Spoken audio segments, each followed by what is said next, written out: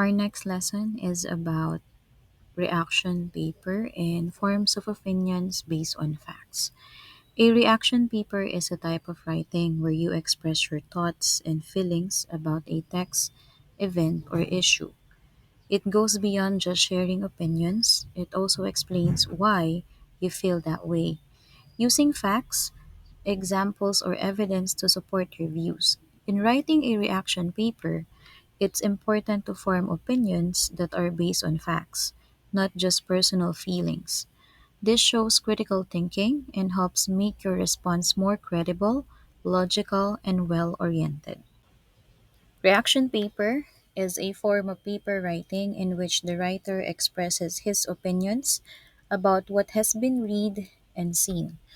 So normally, ang reaction paper meron siyang tatlong parts. Una, introduction, body, or yung pinaka-information regarding with kung ano man yung nabasa nyo or nakita nyo, and then your conclusion. When you say introduction, the writer states the main premise or nagbibigay ka ng idea tungkol sa kung saan ba yung mababasa nila ng buo regarding sa reaction paper mo.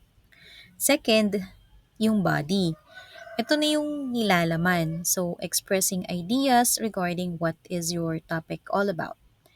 And then conclusion, you're going to write a summary or a result of what you're working on. Before kayo mag-write ng reaction paper, here are some recommendations that you need to consider. First, read the original article and highlight the main ideas and points you want to discuss.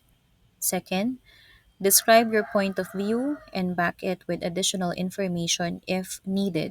Use vivid examples. Konting examples lang kapag gusto nyong mag-add ng information. Third, make various sources to make your statement argumentative.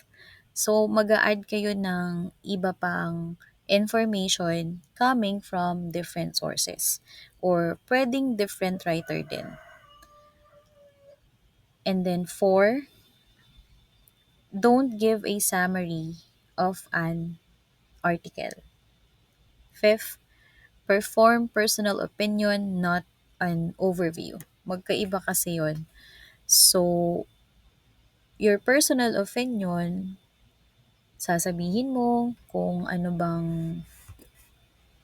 ang naisip mo or kung sa tingin mo ano ba yung dapat na mangyari regarding sa isang topic. Pag kasi overview, parang nagbibigay ka lang ng hint sa kung anong pwede nilang mabasa, and that's different from opinion. Six, you should always back your ideas with examples which are difficult to relate to the topic. So lagi, if ever magkakaroon kayo ng reaction paper or magsusulat kayo ng reaction paper, lagi kayong magbibigay ng examples. Examples na fit doon sa topic nyo. Kapag kasi halimbawa, mahirap intindihin ng isang topic, mas madali siyang intindihin kapag meron kang provided examples. Next on our topic is about forms, opinions based on facts. So una, let us differentiate opinions versus facts. Opinion. It is what someone thinks, believes, or feels. It is your own views of certain issues or concerns. Opinion mo yan eh. So, yan yung sa tingin mo, paniniwala mo, nararamdaman mo, saka kung ano ba yung naiisip mo tungkol sa isang bagay or sa certain topic. Next naman yung facts. Pag sinabing facts, a statement that can be proven to be true or false by the use of evidence. So, lagi. Pag mag-present ka ng facts, lagi mong iisipin or lagi mong i-consider yung proof na kailangan mong ibigay. Kasi yung proof ang magiging evidence mo kung totoo ba o hindi yung binibigay mong statement, especially if you're speaking regarding facts. Okay, next is steps in forming opinions based on facts. Step 1, write your opinions in complete sentence. Bago kayo mag-write ng reaction paper, isulat nyo muna sa isang scratch paper or isang sheet kung ano ba yung opinion mo tungkol sa isang bagay. Isulat mo lahat. And then after that, saka ka mamimili nung sa tingin mo is applicable opinion, pwedeng positive ang maging kalabasan niya. But if it's going to be negative, you have to think about it. Acceptable ba yung opinion ko? Meron ba akong maapektuhan na ibang tao? But then on, it's still your opinion. So before tayo mag-write ng reaction paper, sulat muna natin yung opinions natin in a scratch or sheet. Step 2, add the facts and your explanation to support your opinion. So since meron ka ng sinulat na opinion, make sure na meron kang maia-add na facts or meron kang maia-add na evidence or reliable sources para i-support yung opinion mo.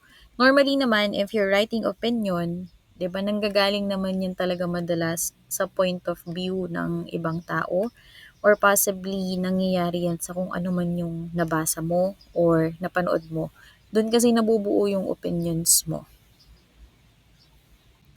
Step 3. Write your opinions and facts in an organized way by starting with your main point. Arrange your facts according to degree of importance. So, since meron ka ng opinion, tapos nakakuha ka na din ng supporting evidence regarding dun sa opinion mo, kailangan mo na silang i-organize. So, mauuna yung pinaka-importante. Kung gaano kahalaga, yun yung lagi mong uunahin. And step 4, summarize the idea towards the end of what you are writing.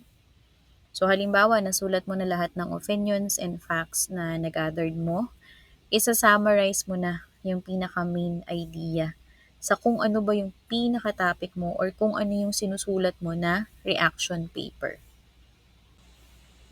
Step 5, review what you wrote to check if you did not miss anything. Before kayo maka-finish ng reaction paper, lagi nyong i-review lahat ng sinusulat nyo. Baka kasi merong chances dyan na may na-miss kang information kasi itong mga reaction papers na to, babasahin yan. And once na binasa yan, every detail, ititingnan nila kung tama ba or mali ba or kung meron ka bang nakalimutan na detail regarding sa topic mo or dun sa reaction paper na sinusulat mo.